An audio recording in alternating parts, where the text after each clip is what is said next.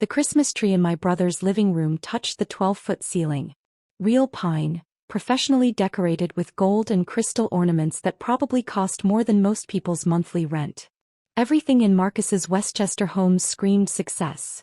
The custom furniture, the imported marble floors, the original artwork on the walls. I sat on his $15,000 Italian leather sofa, wearing a sweater from Target and jeans I'd owned for 3 years. "So, little brother," Marcus said, handing me a glass of wine that I knew cost at least $200 per bottle. "Still playing entrepreneur? Or have you finally gotten a real job?" The question was casual, almost friendly. But I'd known Marcus for 31 years. I was 31, he was 35, and I could hear the condescension underneath. "Still working on my projects," I said simply. His wife, Jennifer, joined us with a tray of hors d'oeuvres prepared by their personal chef. "Marcus mentioned you're doing some kind of consulting?" "That's nice, Ethan. Very flexible." "It's not consulting," Marcus corrected, his tone making it clear he found my work amusing. "Ethan calls himself a venture capital investor, which is a fancy way of saying he plays with apps on his laptop and occasionally convinces people to give him money." "It's a bit more involved than that," I said mildly. "Is it though?" Marcus settled into his chair, clearly warming to his topic. "Our parents would arrive soon for Christmas dinner, along with our sister Rachel and her family. But for now it was just the 3 of us, and Marcus never missed an opportunity to establish the pecking order. Because from what I can see, you live in a studio apartment in Brooklyn, drive a 10-year-old Honda, and spend most of your time at coffee shops with your laptop." "That's accurate," I acknowledged. "Meanwhile, I'm CEO of a company worth $800 million. We employ 450 people. We have real offices in 6 cities. We're generating $200 million in annual revenue. That's what real business looks like." Jennifer squeezed his shoulder proudly. "Marcus has worked so hard building Apex Solutions. The board just approved his new compensation package, $2 million base salary plus equity." "Congratulations," I said and meant it. Marcus had built something impressive. Apex Solutions was a cybersecurity firm specializing in enterprise software. He'd founded it 7 years ago, straight out of his Harvard MBA program. The company had grown rapidly, raising capital through multiple funding rounds and establishing itself as an industry leader. What Marcus didn't know, what no one in my family knew, was that I'd been funding his success since the beginning. "You could have a real job too," Marcus continued. "I've told you before, I could get you something at Apex. Maybe in operations or customer support. Entry level, obviously. You'd have to work your way up. But it would be steady income, benefits, a career path." "That's generous," I said. "I'm serious, Ethan. You're 31 years old. How long are you going to keep doing this startup fantasy thing? You need stability. A 401k. Health insurance that doesn't come from the ACA marketplace." The doorbell rang. Our parents arrived, followed shortly by Rachel, her husband Tom, and their 2 kids. The house filled with the chaos of family, coats being hung, presents being arranged under the tree, children running through rooms they'd been told to stay out of. Dinner was served in Marcus's formal dining room. A table that seated 14, set with china that Jennifer mentioned had been a wedding gift from Marcus's mentor. Prime rib, roasted vegetables, 3 kinds of potatoes, wine that Marcus selected from his temperature-controlled cellar. "A toast," our father announced, raising his glass. "To Marcus for another extraordinary year. Apex Solutions continues to exceed every expectation. We're so proud of what you've built." Everyone raised their glasses. I joined them. "And to Ethan," my mother added diplomatically, "who continues to pursue his passions." The difference in tone was subtle but unmistakable. Marcus had built something. I was pursuing passions. "Speaking of which," Rachel said, turning to me with well-meaning curiosity, "how is your investing thing going? Are you making any money?" "It's going well," I said. "But like actual money?" her husband Tom pressed. "Or is it more of a hobby?" Marcus answered before I could. "Ethan's very private about his finances. Which usually means there's not much to discuss. But that's fine. Not everyone can be a business owner. The world needs people in all kinds of roles." "I am a business owner," I said quietly. "Of what exactly?" Marcus's smile was patronizing. "Do you have employees? An office? Actual revenue? Or are you calling yourself a business owner because you filed an LLC and made a website? I could have answered. Could have explained that I managed a portfolio worth $920 million. Could have detailed my ownership stakes in 43 companies across various industries. Could have mentioned that I'd exited 7 companies in the past decade, generating over $400 million in personal returns. Instead, I said, I have investments in several companies. Right. Investments. Marcus made air quotes. Look, I'm not trying to be harsh. I'm trying to help you see reality. Real investing requires capital. Significant capital. You'd need millions, tens of millions, to be a serious venture capital player. And unless you're hiding a trust fund I don't know about. He left the sentence hanging, inviting everyone to laugh at the absurdity. They did. What Marcus is trying to say, Jennifer interjected gently, is that we worry about you. We all do. You're so smart, Ethan. You could do something really meaningful with your life if you just commit to a traditional career path. The conversation moved on. Marcus told stories about Apex Solutions, their latest client acquisition, their expansion plans, their preparation for an eventual IPO. Everyone listened with rapt attention, asking questions, offering congratulations. When I mentioned that one of my portfolio companies had just been acquired by Google, Marcus barely acknowledged it. That's nice, he said dismissively. Though I have to say, selling to Google usually means the founders couldn't make it on their own. Real companies stay independent. After dinner, while everyone gathered in the living room for presents, I stepped outside onto Marcus's back deck. The December air was cold, but I needed the space. I pulled out my phone and opened my investment management app, the one connected to my primary account at Kingsley Capital Management. The dashboard loaded, showing my current holdings. Kingsley Capital Management Portfolio Manager. Ethan Michael Reynolds. Total assets under management. $920,447,221. I scrolled to my largest position. Apex Solutions. Apex Solutions Incorporated investment across 6 entities. $304,700,000 ownership percentage. 52.3% status. Majority stakeholder. I'd started investing in Marcus's company 7 years ago, during his seed round. He'd been desperately seeking capital, pitching to dozens of VCs, most of whom had passed. The cybersecurity market was crowded, and Marcus was an unproven first-time founder with a Harvard pedigree but no real track record. I'd believed in him though. In his vision, his work ethic, his technical knowledge. So I'd invested $12 million through my first investment vehicle, Aurora Holdings LLC. I was 24 years old, managing capital from my second startup exit. As Apex Solutions grew and raised subsequent funding rounds, I'd continued investing. Series A, $45 million through Summit Ventures LP. Series B, $89 million through Cascade Capital Partners. Series C, $98 million through Redwood Equity Group. Series D, $42 million through Phoenix Investment Holdings. And finally, a private placement last year, $18.7 million through Zenith Capital Management. Total, $304.7 million invested across 6 carefully structured entities, all managed through Kingsley Capital, all with beneficial ownership traced back to me. Marcus had no idea that his annoying younger brother, the one who played entrepreneur and needed to get a real job, owned 52.3% of his company. I called Arthur Kingsley, my portfolio manager and the founding partner of Kingsley Capital Management. He answered immediately. Ethan, Merry Christmas. What can I do for you? I need to liquidate my Apex Solutions position. All 6 entities. Complete withdrawal. There was a long pause. That's $304.7 million across your entire holding. May I ask what precipitated this decision? Family dynamics. I see. Arthur's voice was careful. You understand the implications? Apex Solutions is preparing for an IPO in Q2.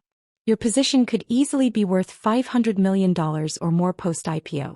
You'd be walking away from at least $200 million in unrealized gains. I understand. And the disclosure requirements. As majority stakeholder, your liquidation requires immediate SEC notification. The board will be informed within the hour. Your identity will be revealed. That's fine. Ethan, I've managed your portfolio for 8 years. This is your anchor investment. Your brother's company. Are you absolutely certain this is what you want? I looked through the glass doors at my family gathered around the Christmas tree. Marcus was holding court, telling another story about his business acumen. Everyone was laughing, admiring, celebrating his success. Success I'd funded. Execute the sale, I said. All 6 entities. Immediately. Understood. I'll begin the process now. The first notifications should go out within 30 minutes. He paused. For what it's worth, Ethan. I'm sorry it came to this. I ended the call and texted my lawyer, David Chin. Ethan. Liquidating full Apex Solutions position. We'll need disclosure documents showing beneficial ownership across all entities. David. I've maintained those records per your standing instructions. I can have everything compiled in 20 minutes. You're sure about this? Ethan. Yes. David. Marcus is going to lose his mind when he sees who his majority stakeholder has been. Ethan. I'm aware. David. Stand by. Documents coming shortly. I remained on the deck watching my breath mist in the cold air. My phone began buzzing with notifications. Arthur. Aurora Holdings liquidation initiated. $12 million processing. Arthur. Summit Ventures LP sale confirmed. $45 million transferred. Arthur. Cascade Capital Partners liquidation executing. $89 million processing. Through the glass doors I saw Marcus reach for his phone. He glanced at the screen, frowned, and stood up abruptly. He walked toward the study, phone pressed to his ear. Arthur. Redwood Equity Group liquidation complete. $98 million transferred. Arthur. Phoenix Investment Holdings sale confirmed. $42 million processing. Jennifer joined Marcus in the study. Through the glass, I could see her expression change from confused to shocked. Arthur. Zenith Capital Management final liquidation complete. $18.7 million transferred. Total withdrawal $304.7 million. 0 remaining equity in Apex Solutions. The study door burst open. Marcus strode out, his face completely drained of color. He was holding his phone like it was a live grenade. Everyone needs to leave, he announced. Family emergency. I'm sorry, but we need the house cleared. Now. Marcus, what's wrong? Our mother asked, standing quickly. Just go. Please. I'll explain later. Rachel gathered her confused children. Tom helped our parents with their coats. Within 5 minutes, the house was empty except for Marcus, Jennifer, and me. I came in from the deck. Marcus was staring at his phone, scrolling through what I assumed were notifications from his board of directors. His hand was shaking. What the hell is happening? Jennifer asked. Marcus, you're scaring me. He looked up at me. Did you know about this? About what? I asked calmly. Someone just liquidated 52% of Apex Solutions. Every single share. $304.7 million. Gone. Just gone. His voice was climbing in pitch. The board is freaking out. Our IPO underwriters are demanding emergency calls. This is catastrophic. That sounds serious, I said. Serious? Serious. Marcus's voice cracked. This doesn't just affect the IPO. This affects everything. If our majority stakeholder has lost confidence, every other investor will panic. The company valuation will collapse. We could lose everything. Jennifer was reading something on her own phone. It says here the liquidation was across 6 different entities. Aurora Holdings, Summit Ventures, Cascade Capital, Redwood Equity, Phoenix Investment, and Zenith Capital. All managed by. She paused, her eyes widening. Kingsley Capital Management. I don't know what that means. Marcus shouted. I've never even heard of Kingsley Capital. These entities have been passive investors for years. They never asked for board seats, never interfered with operations, just provided capital whenever we needed it.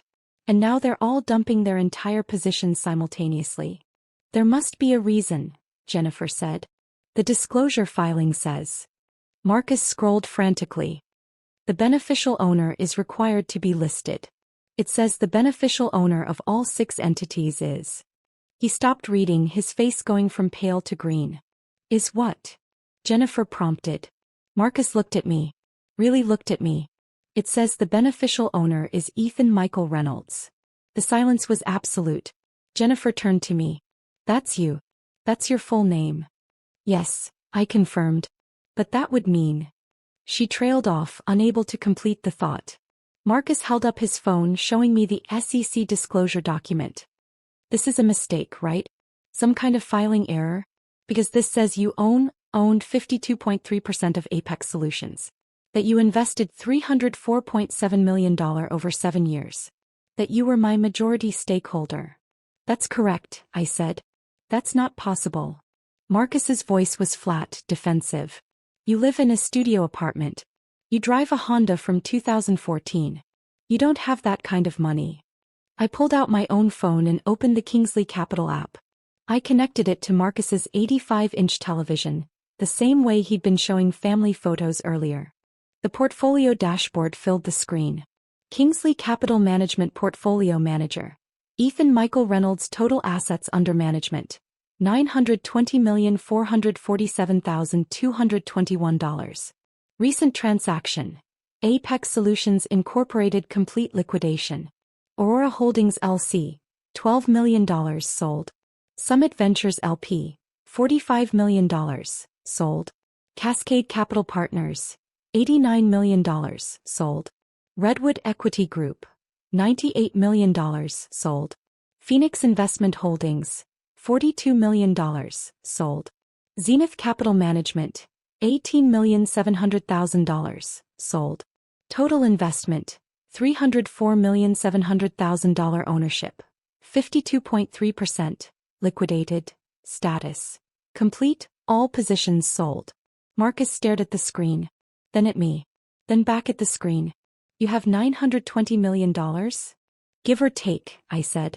The cryptocurrency holdings fluctuate. Jennifer had collapsed onto the sofa. How is that possible? I've had 12 startup exits, I explained. Started when I was 22 with a mobile gaming company that Facebook acquired for $28 million. Built that while I was in college. Used the capital to fund more startups. Made angel investments, diversified into crypto early. Compounded returns over a decade. I pulled up my complete investment history.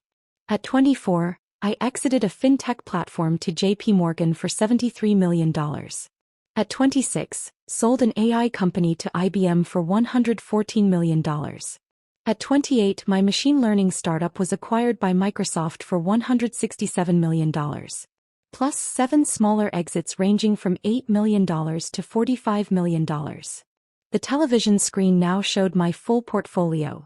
43 active investments, 7 successful exits, positions in companies ranging from early-stage startups to late-stage pre-IPO firms. Marcus was shaking his head. This is fake. It has to be fake.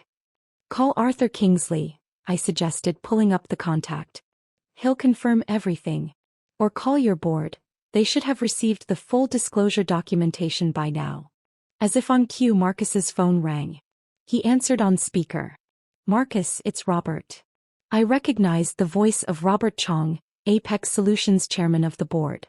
We need to talk about the disclosure we just received.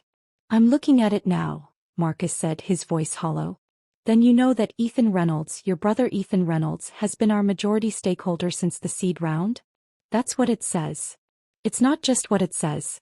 I've spent the last 20 minutes on the phone with Kingsley Capital Management and their legal team. Every document checks out. Ethan Reynolds invested $304.7 million in Apex Solutions across 7 years through 6 different investment vehicles.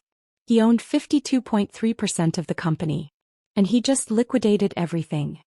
Marcus looked at me with an expression I couldn't quite read. Why? Why what? Robert asked. Not you. I'm asking Ethan why. I gestured to the television screen still displaying my portfolio. Because the CEO of Apex Solutions told me I needed to get a real job. That I was playing entrepreneur. That my work was a fantasy. That I should get an entry-level position in customer support and work my way up. Robert's voice came through the speaker. Jesus Christ, Marcus. You said that to your majority stakeholder. I didn't know he was my majority stakeholder. But you knew he was your brother, I said quietly. You knew I've been working in startups and investing for a decade. You knew I've had successful exits. You just never bothered to ask about the details. You assumed that because I live modestly and don't broadcast my wealth, I must be failing. Jennifer was reading something on her tablet. The stock price is dropping. It's down 28% in after-hours trading. Marcus grabbed her tablet. Oh my God. The news is everywhere. Apex Solutions loses majority stakeholder ahead of IPO. Mass liquidation raises questions about company stability. This is destroying us. Robert's voice continued through the phone. Marcus, the other investors are panicking. I've got 3 firms already requesting emergency meetings to discuss their positions. The IPO underwriters want to know if we can still go public with this level of instability in the cap table. Can we? Marcus asked desperately. I don't know. Maybe. But it's going to delay everything and our valuation will take a massive hit. Robert paused. We need to know why Ethan liquidated. Was it company performance? Market conditions? Loss of confidence in management? It was personal, I said, speaking loudly enough for the phone to pick up my voice. Ethan. Robert sounded surprised to hear me. Can you explain what precipitated this decision? Marcus has spent 7 years dismissing my career choices while I funded his, I said. Tonight at Christmas dinner he mocked my work, offered me an entry-level job at his company, and told me I needed to get a real job like the rest of the family.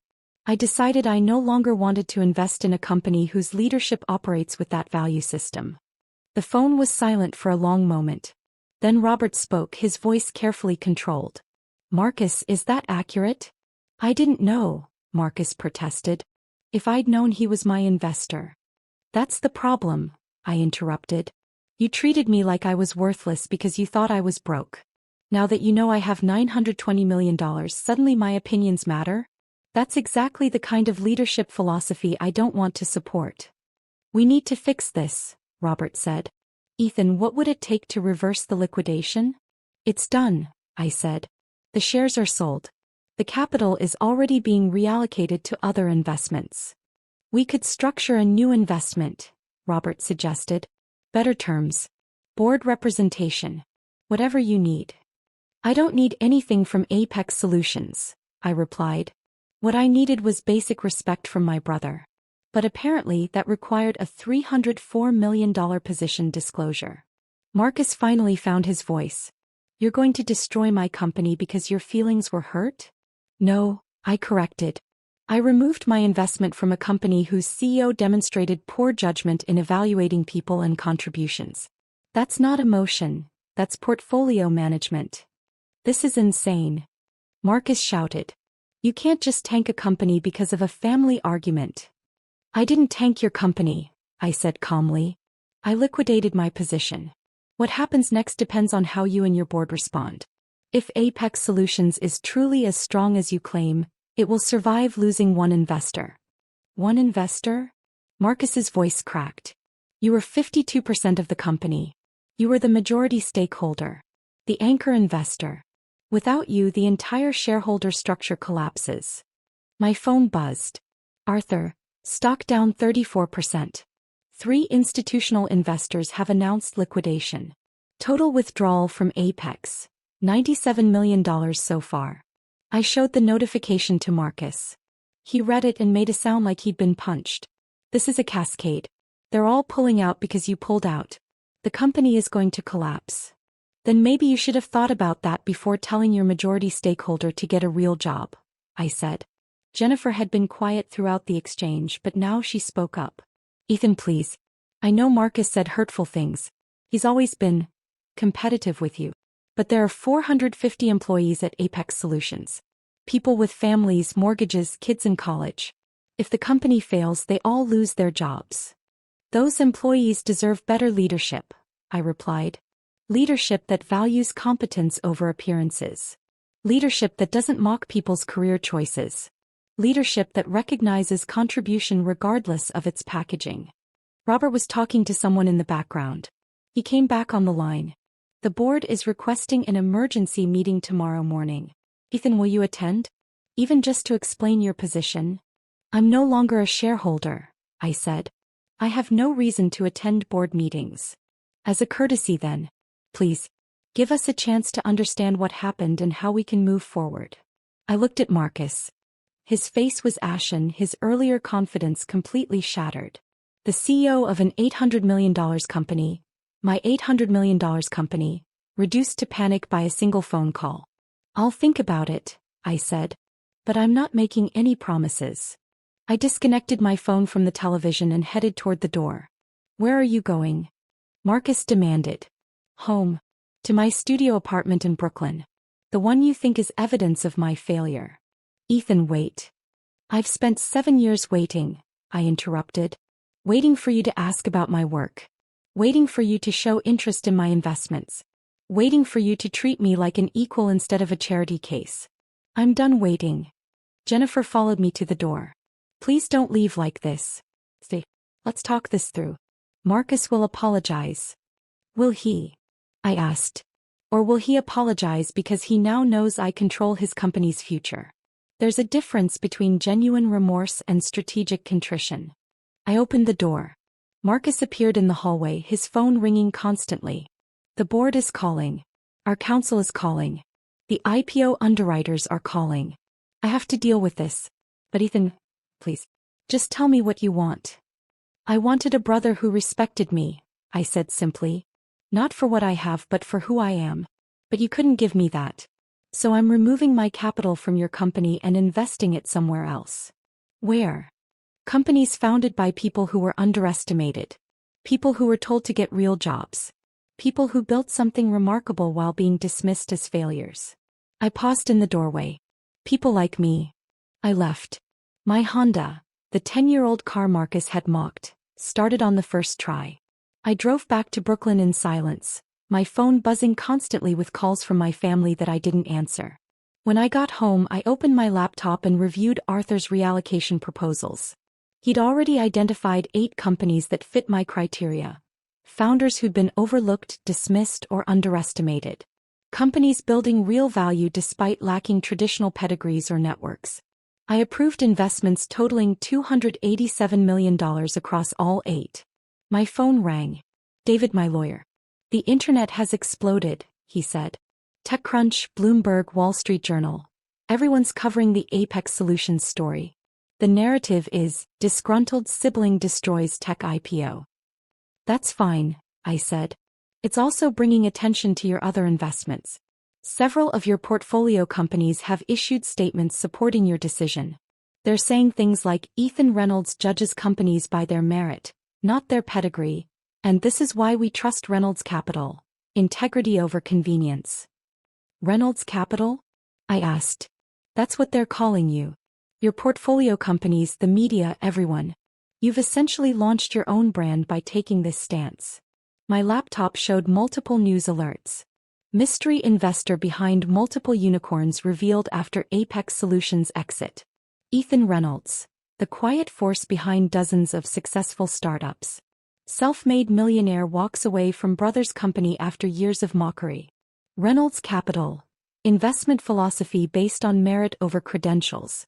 Another call, this time from one of my successful exits, a CEO named Maria Santos who'd sold her company to Amazon for $240 million. "Ethan, I just saw the news. I wanted to call and say thank you." "For what?" "For being consistent. You invested in my company when every VC in Silicon Valley said I was too inexperienced, too young, didn't have the right background. You were the only one who looked at my product and my metrics instead of my resume. And now you're walking away from a company that treated you the same way. That's integrity." After we hung up, 6 more portfolio company founders called with similar messages. They'd all been dismissed, overlooked, or underestimated. They'd all received funding from me when traditional investors passed.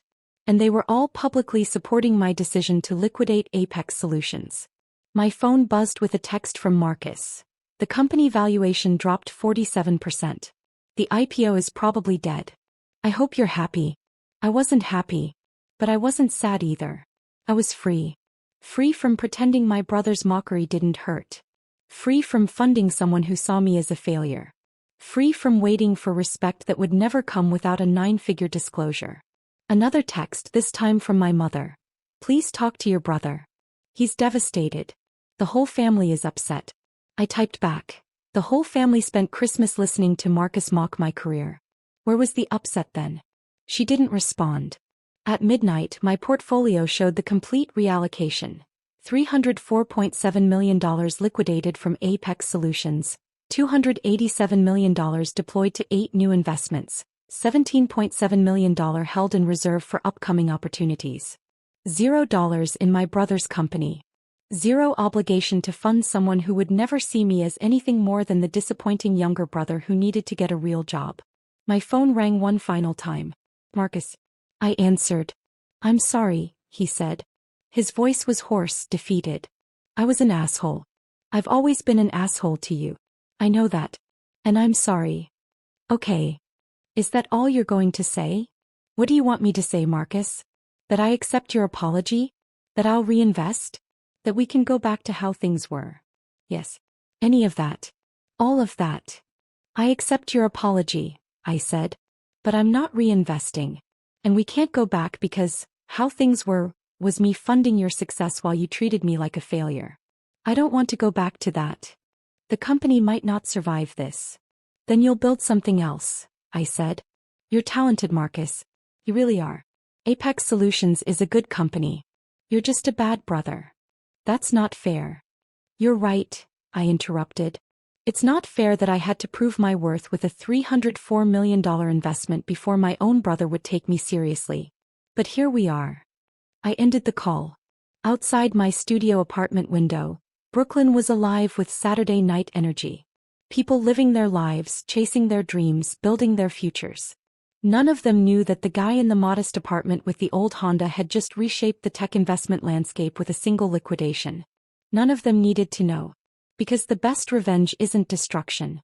It's building something so successful that walking away barely leaves a dent in your portfolio. It's proving that you never needed their approval in the first place. It's taking your $920 million and investing it in people who understand what it's like to be underestimated. My brother had built an $800 million company. I'd funded it. And now I'd freed myself from it. The family business would survive or collapse on its own merits. But I was done being the invisible foundation that no one acknowledged until it cracked.